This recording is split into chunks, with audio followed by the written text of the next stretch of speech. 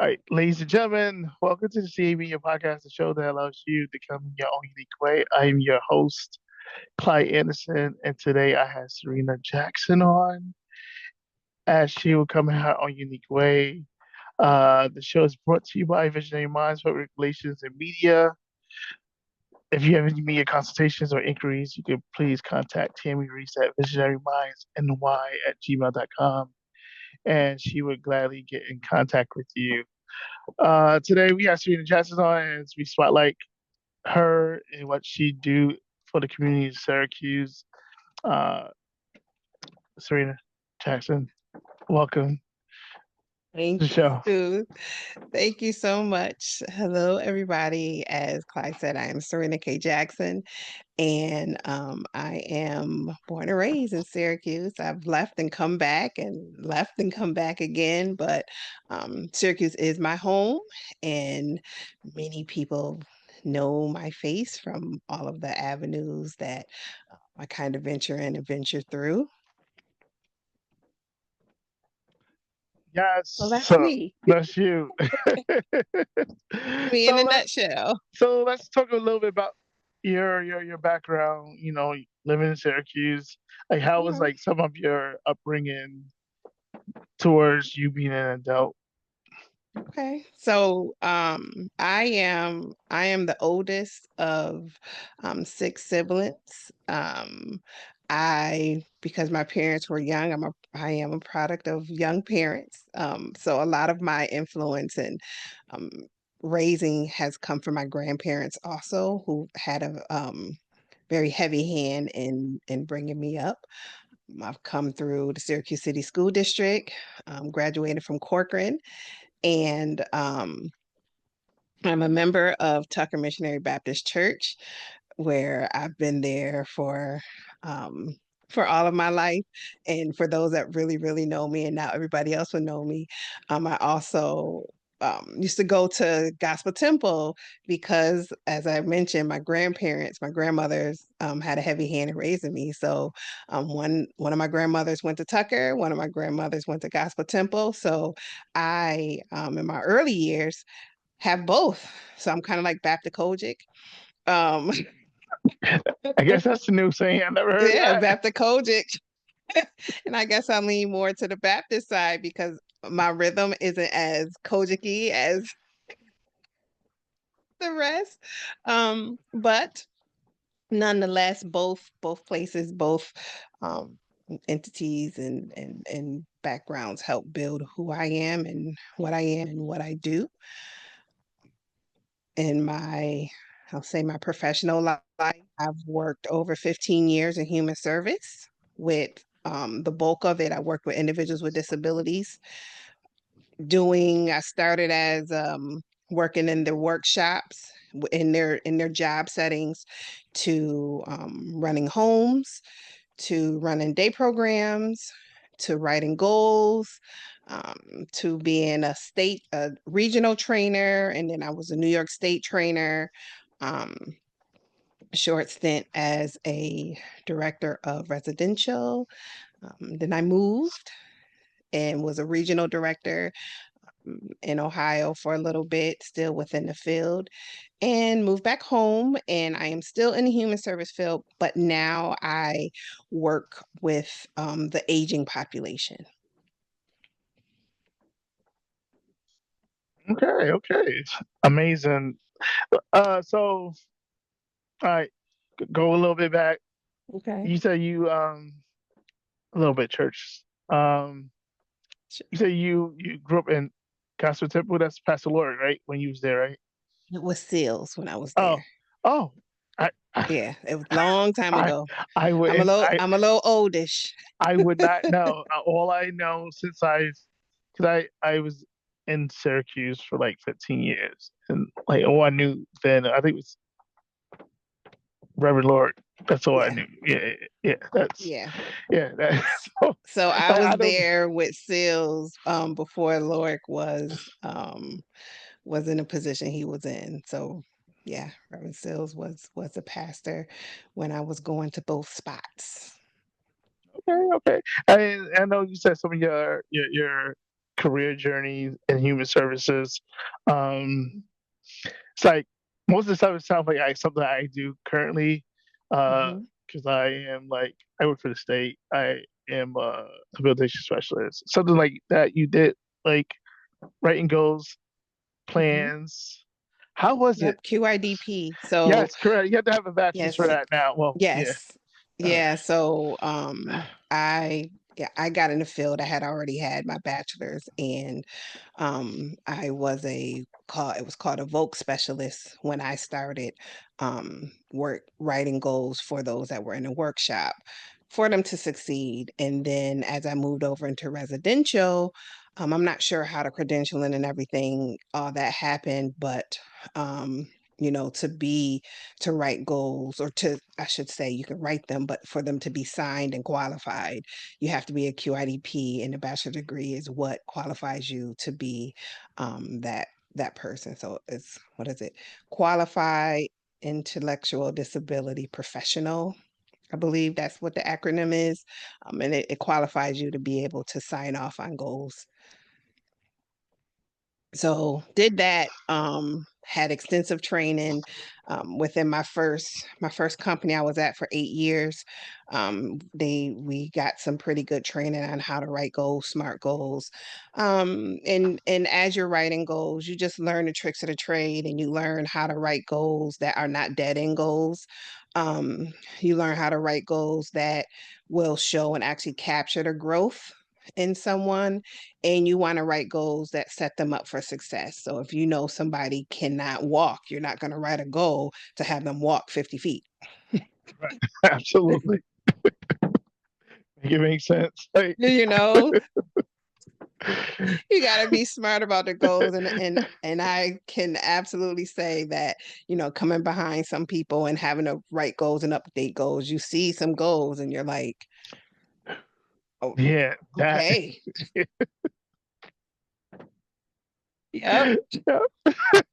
I, And you're I could. like, "Wait, Who written what?" this? Yes. Right. Like I came behind someone. It was like a hot mess, and it was like, why some of the goals, like the staff action, is based off like what you currently do outside of here. Like, make that make sense? Like, Yeah. and you was only here for like 3 months. Like, so Right. I'm cleaning up all this mess. And since where I work at, they didn't have someone steady in the last like I guess 3 years. So I'm really trying to clean up what I can at the time that I have left. And it's like Yeah. this is a Yeah. hot mess. But Yeah.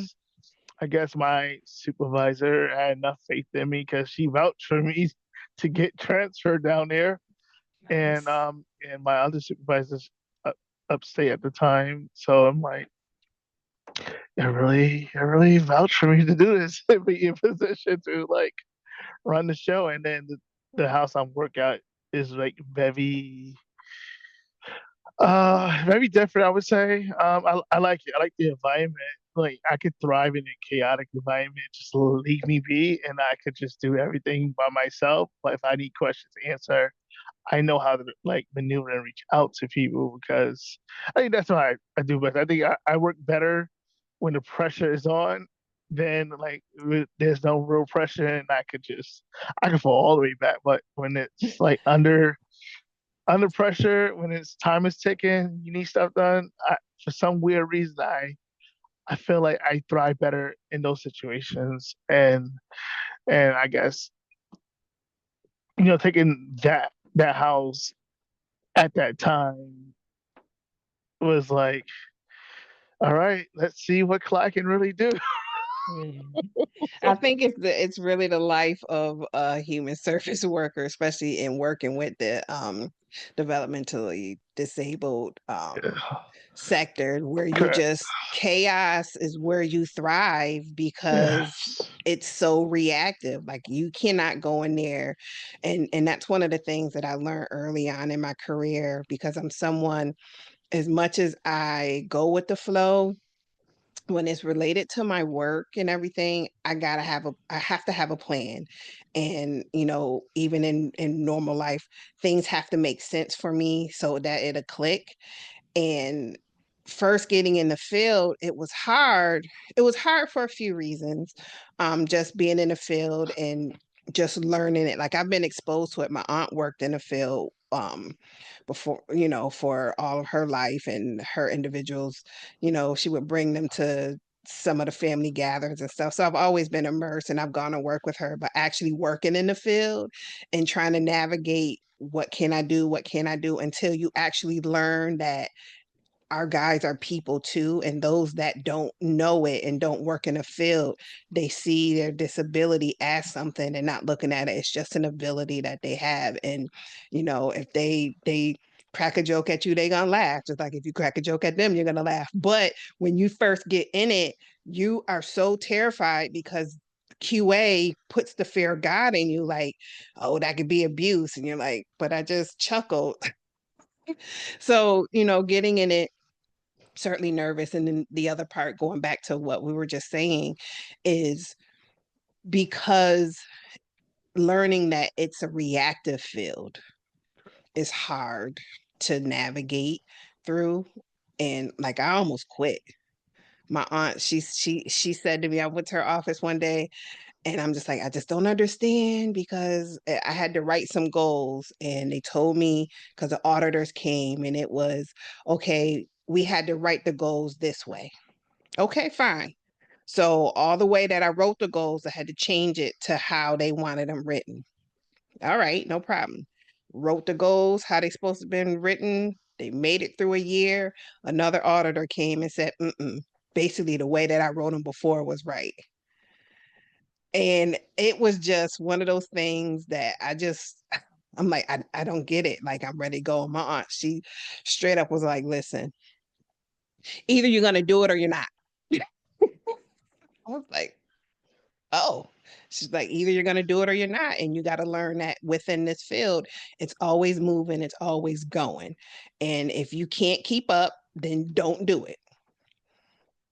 And her saying that, it was like, it just clicked, like, oh, this is how I play the game. And I hate to call it like that, but knowing that now I'm not in a field that's proactive. I can be a little bit proactive, but I couldn't put things in place and expect for them to stay that way. I had to, that's what developed me to work in the pivot. That's what I call it. I work in a pivot really well because of all of the fires and all of the ways I had to move and change and how I do things. So yeah, it's definitely this field is not for the weak, but if you stay, it certainly builds you for other aspects in your life, especially if you choose to move up and move on in different places and even different roles that might be outside of that.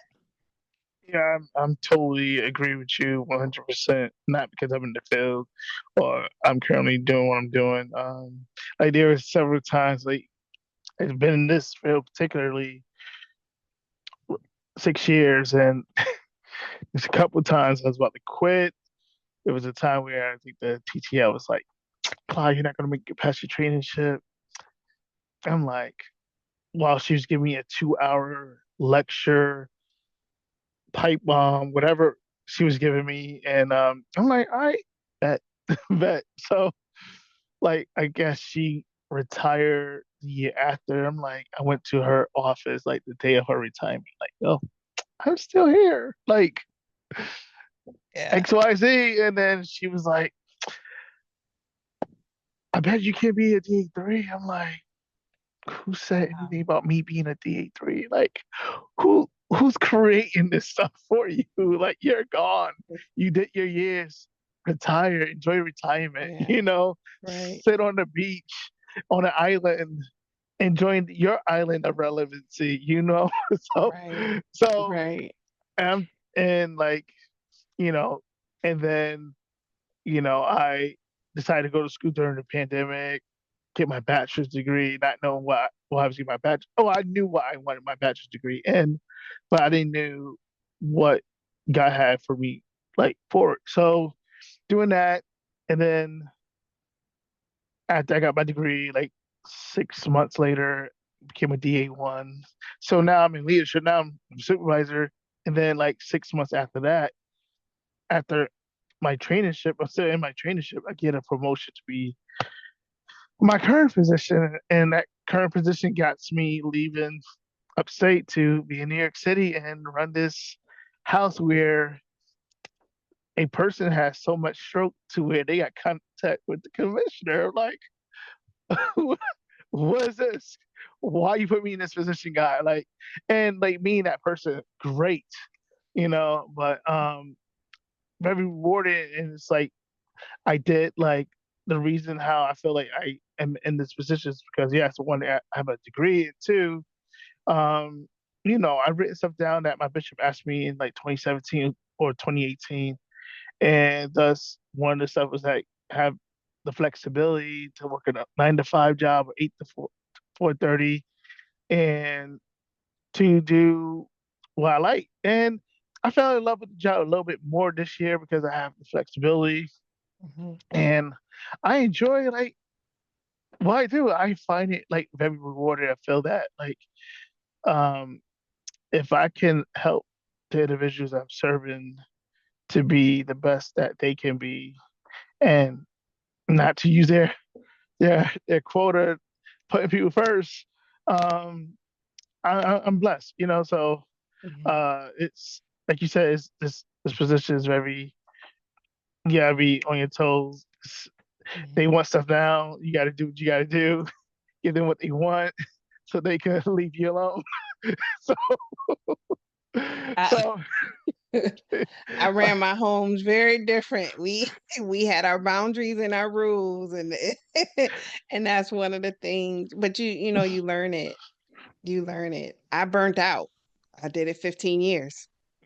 yeah, I'm at year 6, and it's like I'm loving this, and it's like, yo, I want to move up, and I'm like, I can't. So, like, God has other things in store for me, so I have to like sometimes you gotta take that leap of faith and see where it goes. Mhm. Fortunately, this is that time I need to take that leap of faith, like I did 2007, like I did 2024. Me going back to school in 2021 and being 30 and you know working part time, actually working part time and going to school full time and like on survival mode, like, and somehow the following year working full time, going to school full time, driving to Oswego at that, and then driving to Elbridge and driving back home to Liverpool. That's insanity. Yeah, it And is. But you did it. I wind up doing it, and I would do it again if I had to, like, and like having a 3.16 GPA in my 30s, and it's not this thing. It's not about me and what I've done. It's like it's a dedication, to the art of what we currently do. Like we love people, and our goal is to put people first. So, um, in reference to, I know you said you got burnt out. Mhm. What and you burned out? Where did that lead you to? Um, it I had the signs of burnout before I even went to Ohio, and it was when I got back into residential. Residential is hard, and when I started in residential, especially like my daughter was young, and I spent a lot of time at work.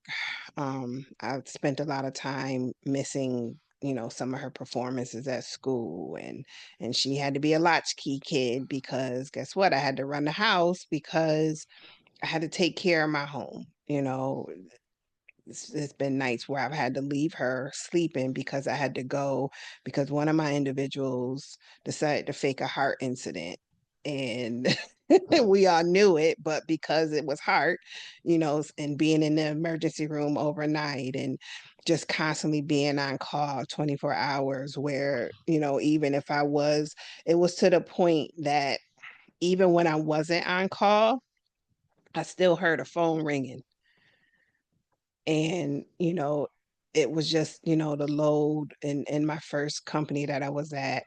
um I ran a couple houses with no assistant, And one of the homes that I ran had 4 separate apartments, and the state deems them each as their own home. So that's 4 sets of paperwork and another apartment that I had to run. So 5 sets of paperwork to do, just doing it myself, pulling the staff in as much as I could. But it just got hard, and just trying to maintain my household and trying to be there and be a good mom as I possibly can for my daughter. It was rough. And even while I was in the field, I got my master's. I wasn't in residential yet, though. I was in Volt, but I worked full time and I did my master's a year accelerated, which was insanity. But, doing all of that, and I just got burnt out, and then I moved to the QIDP role. I moved out of management and just did QIDP because I can write these goal plans, do these intakes, write these monthly summaries, and train who I need to train, and essentially be done at the end of the day. And that's something that I needed at that time because, like I said, I worked a lot and I was salary. So and I wasn't in a state entity. Oh, Yeah, I wasn't different state. story. So Woo! yeah. So I worked a lot and I just burnt out, and then I transitioned to another agency where I did day program, which was fine because it was Monday through Friday. I was done at 4 or 5, you know. Still was a lot of No work. weekends, no, Yep, no no weekends. weekends. I had on call maybe every 8 weeks because in the newer agency I was at, all of the supervisors rotated on call because it was small enough where, everybody that was a manager had an on-call shift for a week. So I may have been on call every 8 weeks, which was great coming from being on call quite often to every 8 weeks. And then I moved to the training role. And at the time, I felt like I did great. But, with COVID happening in the middle of it, and I was going up and down the states, and they not knowing what direction they wanted to go in, it left instability, and I couldn't operate in instability because I had to take care of my daughter.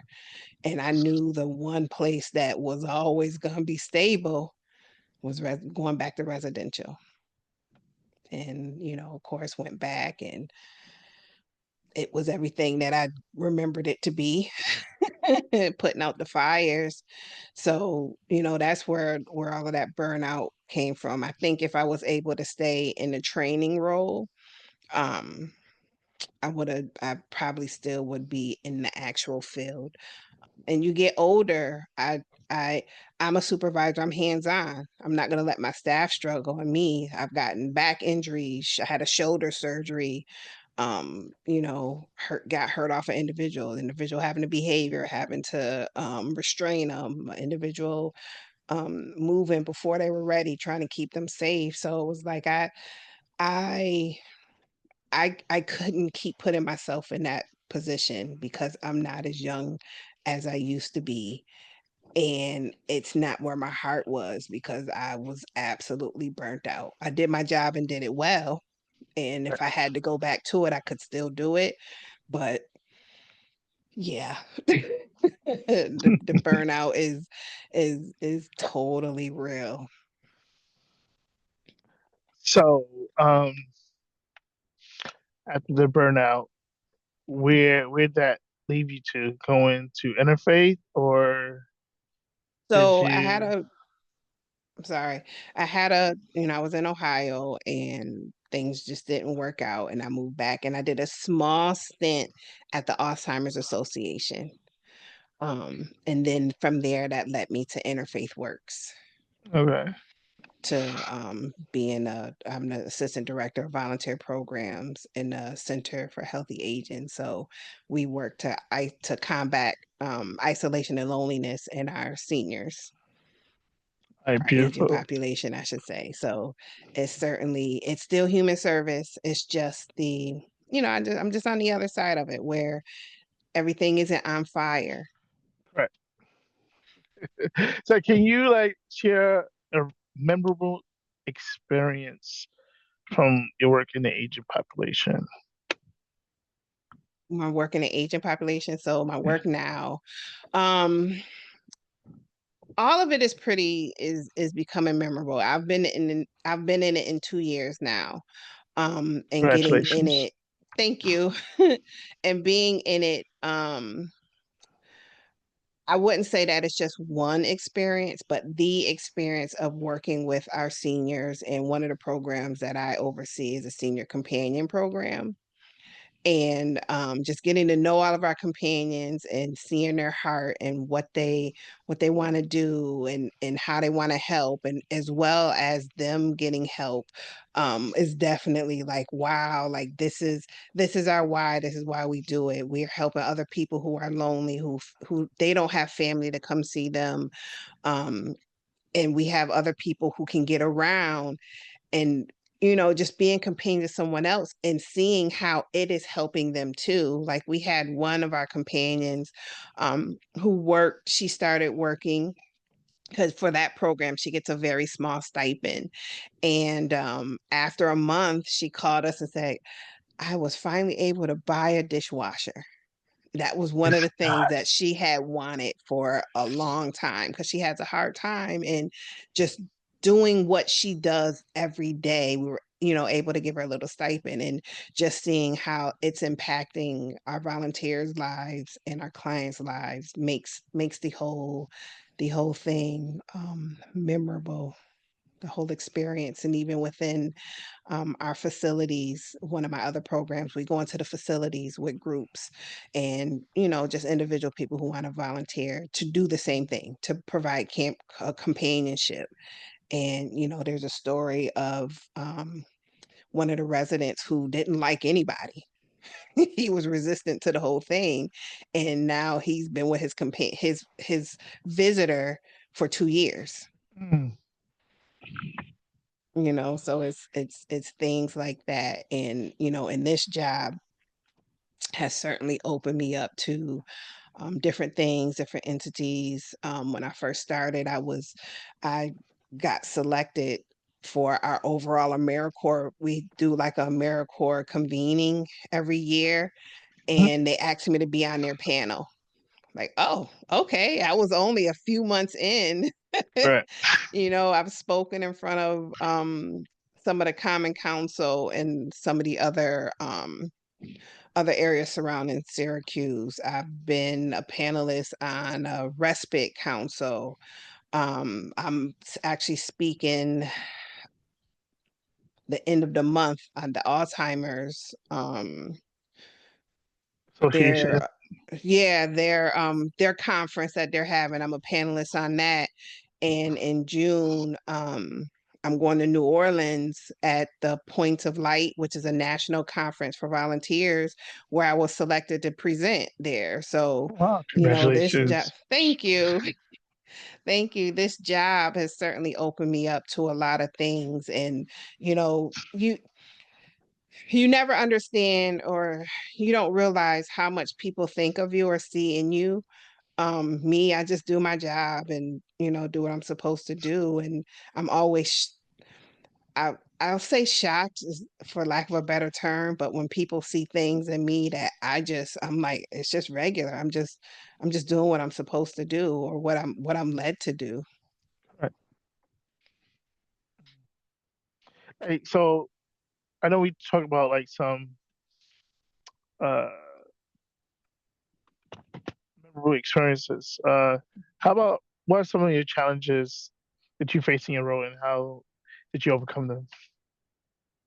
So the challenges that I have in my role currently, outside of the political atmosphere, is just really getting more volunteers. Hmm. Um, and it's an epidemic. It's all Okay. around, where everybody who works for volunteers, we kind of sing the same song, that we just, excuse me, we we need more volunteers to be able to bring life to more people. So that is definitely a struggle. And going out in the, I'm gonna call a spade, in the rural counties, Hmm. it's different when you're around people that don't look like you and Correct. don't understand you. That definitely makes it a struggle. Even though I'm coming with something that's free that can help your community, it's coming from me in some instances.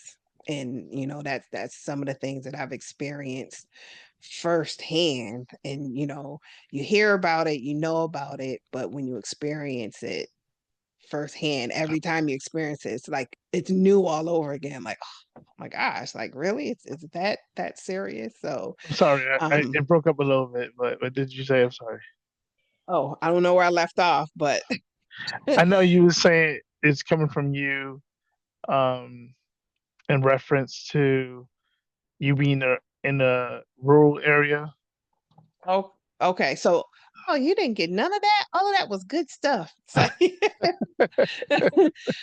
um, just saying, being out in the rural areas, and interacting with people that don't look like you, who aren't as accepting, it's it can be a challenge. And experiencing it and being a part of it, knowing that it happens. May have experienced it in different Forms. places, forms, but it's like every time it happens, it still takes you aback, like, wow, and now in the current political climate, it makes it a little more there's a little more anxieties, at least on my end, that happens. um with God I can do everything, and I have to keep reminding myself that, but there's some real anxieties that do happen that definitely makes it challenging, because our rural communities need it most. They need Right. the volunteers and the interaction most, and just trying to get them to understand it doesn't matter what I look like. I'm trying to bring you something and help everybody that I can. Right. So, how do you like engage or like motivate volunteers in your programs? Well, I go out and in many instances I just take advantage of teachable moments and take advantage of moments, even when I'm not at work. Like I tell my staff, I'm always working even when I'm not. So, if I know of somebody or I hear somebody who has who might need some respite for they might be a caregiver for their mom or dad or aunt or whatever, and I might say, hey, you think you might want a companion or something, just talk a little bit about the program, and then I send them to my staff, give my staff a call. They can, certainly help you. I had one interaction where just talked to a person, and they were talking about, they were getting these headaches. They were their parents' caregiver, having headaches, and it was just like, you can ask for help. It's okay. Hmm. And I guess what? I have an answer for you. So I just find little ways like that and listen. I really listen to the people in my surroundings, and just kind of slide it in when I can. I get to learn and know my audience. And presentations, some groups might have me come in and have a few presentations that I do. I might just talk about what my programs do, or we have a presentation about aging. I just create a presentation about caregiving that I want to start giving, because knowing, especially in our communities, sometimes people don't even see themselves as caregivers because it's just what we do. Right. So that's how I work, the ways I work and solicit and just tap into my networks. Do you think it's like is beneficial when you're working Hmm. in reference to like outside of work you're consistently working, but not know well you know that you are mentally, but on a regular, like you're always thinking of someone to assist, someone to help, someone to give reference to. It's just kind of how my brain works, and maybe it's been wired since I was in the other field. Hmm. But I've always wanted to help people. I always want to and wanted to help people. Like before I got in this field, I wanted to go to school to be a doctor. I wanted to do family practice. And then I saw surgery where I was like, maybe not that. And I went to school for I wanted to be a physical therapist. I was a registered kinesiologist for a few years. And all of my credentials are related to exercise science. So I always wanted to help people get better. That was a thing. I want to help people get better. So even though, finding companionship is my job, but it also helps people get better. And I don't see it when I'm not clocked in. I don't see it as I'm working. I'm just helping people get better. If I can give you something, some type of relief, here's some resources. I've always been able to connect or link people to resources, even if I can't. Somebody might text and say, "Hey, Serena, somebody that sells red sleds," and I'm like, "You know what? I think I do. Let me, you know." So it's just in me always wanting to help people and make their life better. And yes, sometimes there is a toll because I don't shut it off. But it's just who I am. Okay. So what impact has like CNY ATD scholarship had on your professional development? It just Or is for it me, something basic? I wouldn't say it's something basic because everybody takes what they can. Getting that scholarship and taking place in that training, because it was a few-week training, taking place in that training, it just further solidified what I'm already doing and what I've already been doing. And the CHTD is for trainers. It's for training development, being able to essentially like a super presenter. I can train a trainer. Okay. So it's just another something. I don't want to diminish it. I'm not trying to diminish it, but for me, I already knew how to do the things, so it further Yes. solidified that I was doing and I am doing the right things. Okay. Beautiful. So, like in your future, like how do you envision the future of elder care in your community in Syracuse, such in New York? So the aging population isn't always talked about. Correct. Things are put in place and they forget those that are aging. And in one of my presentations or when I present, I always say we're aging the moment we're born. And within our community, it's just hoping that people, when they make the decisions and when they make the laws and make the programs, that they have the aging population in mind, because at one point, if Lord sees fit, you're going to be there. And in our area, in our county, our boomers are booming. you Basically. know and it's more where we have more older people, more aging people in our area, and the things aren't we have to do a better job of making sure that all age groups and all age ranges have something in place. There's things in place for the youth. There's things in place for the teens. There's some stuff in place for that mid age, but when it comes to age, as it goes up, it starts to decrease.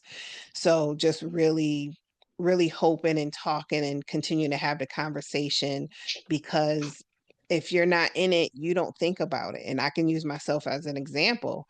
I came from working with individuals with disabilities. I knew my guys aged, but I never sat and thought about it as a whole entity until I started working in the field and realized that things are being put in place, and no one's really thinking about the aging population, because we have some that are aging that are still fully active and still can do and Listen, I went Yeah. to a Zoom class once and it was this 80-year-old lady. I'm in the back of the class on the wall trying to grab my breath. And that lady was zooming all around and she zoomed around me telling some, okay, honey, you'll get it next time. Hmm. Mm-mm. Yo, where I currently work at, this lady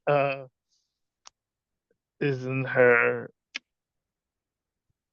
I would say, mid 90s, advocating for her daughter, literally walking every day. I'm like, Right. mess, probably relax for a day, But yeah, she's pushing and advocating like no other person I honestly have ever seen Yeah. advocated for their Their loved child one. ever. So it's like I respect that because like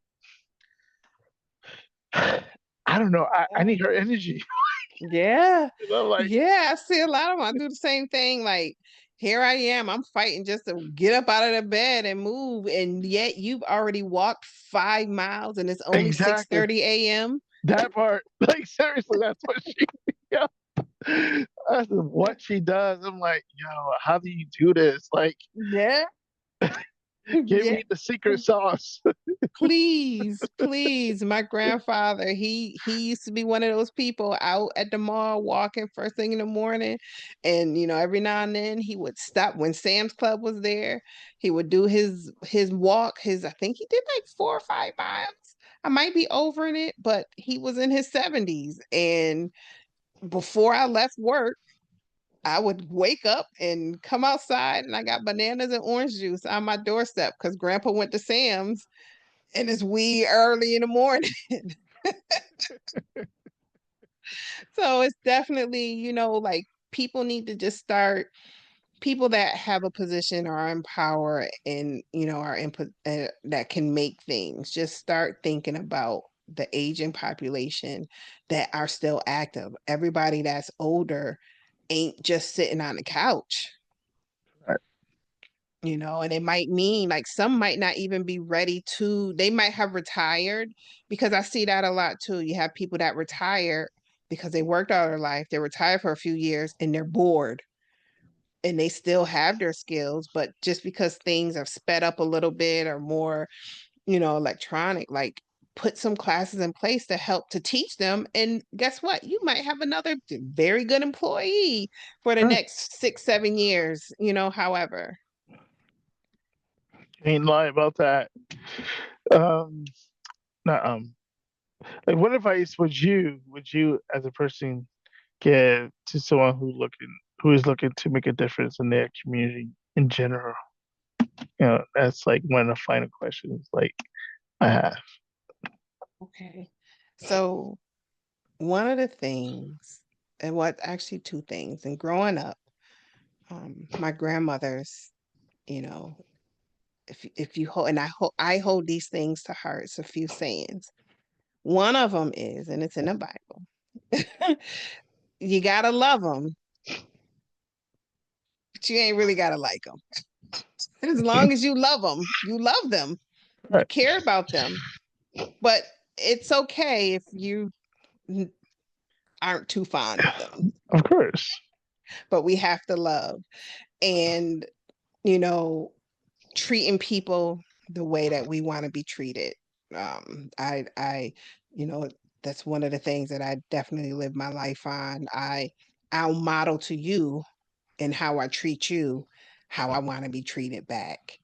And, another thing, so it's three things. Another thing is my mom has always taught me that people teach you how to treat them.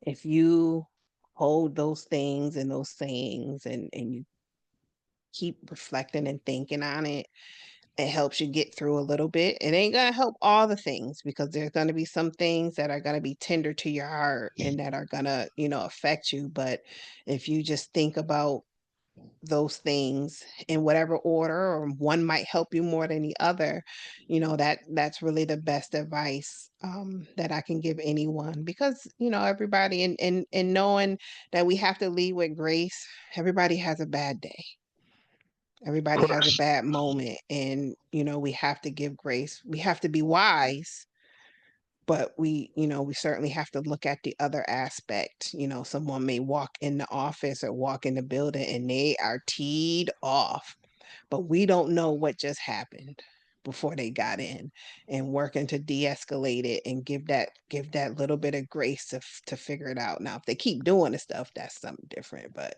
Right. these one-off events, and just always thinking and keeping those things, because people are gonna people. Amen. So, Serena, I thank you for sharing your story, sharing what Welcome. you are, sharing this journey with us. There's like a small section of my podcast where I do like rapid fire questions. It's normally 2 minutes, give or take. Um, you ready? Sure. Sure. All right. Okay. All right. So, what's your favorite food that you like to eat? Chicken wings. I love chicken wings. Your favorite place that you travel? Oh, I don't really have one right now, but I would say it would be some island once I go. Okay. What is your favorite restaurant in Syracuse? It used to be Friendlies. Okay. Now, I would say, because it's really only in our area, I'll say Tully's. I like Tully's. Tenders. Yeah, of course. What is your favorite Bible verse? Oh, I would have to say John 3:16. Okay. Favorite gospel song? Oh, I have a favorite. Do I have a favorite gospel song? No, I don't, because at some point in time, it changes out my mood. All I right. kind of like have a shuffle. Okay, that's Old fair. school though, definitely the old schools, like Hezekiah Walker, John P. Key, like the Remember old Timothy choir Wright? Okay, songs. okay. Yeah, Timothy Yeah. Wright. Yeah, Okay, definitely. okay. Got you. Got you. Favorite musical artist? I I Layla Hathaway, Okay. and I have a couple. Layla Hathaway and Usher, of course. I keep Usher in my pocket, and I do. I used to have like every high school girl, every teenage girl. But definitely, I like though. I like them. All right. All right. If you have like one advice to give to someone that's watching, what would that advice would be? Life is hard. It it life is certainly hard, and we just have to keep swimming. We just have to keep swimming. We have to keep pushing, um, because, but we'll get through it. With every storm. There certainly are sunny days. Okay, beautiful. Serena, thank you for this quick white rapid fire questions. Would you like to leave your social media? Not your social security, your social media. I left my Social Security to just be practice for people anyway. Um, let's see. I'll do my Instagram. It's sjax80, SJAX80 is my Instagram. My IG, or Serena K Jackson. I'm so original. Just you search my name, you'll see my face. It'll pop up. I'm a public figure. Yep. With my little icon with me doing this, I gotta change it now. Gotta change it up. Serena, it's been a pleasure and an honor and a privilege having you on the podcast. Ladies and gentlemen, if you want to follow this podcast, you can follow me. I'll follow the podcast at Clients and CA Media Podcast. If you want to follow me personally, search me, Clients on Facebook. Instagram, Twitter. It's Threads. brand new Clyde. I don't know why I had a freeze. If you'd like to be a guest on the podcast, you can follow the link on my Instagram. Hit the link tree account and fill out the form, and I'll get it. It's been again, Serena. It's been a privilege, honor, privilege to have you on. Uh, Thank you for having me. it's my pleasure. Ladies and gentlemen, again, this is Clay Anderson of the CA Media Podcast, the show that allows you to come in your own unique way. I'll catch y'all on the flip side later.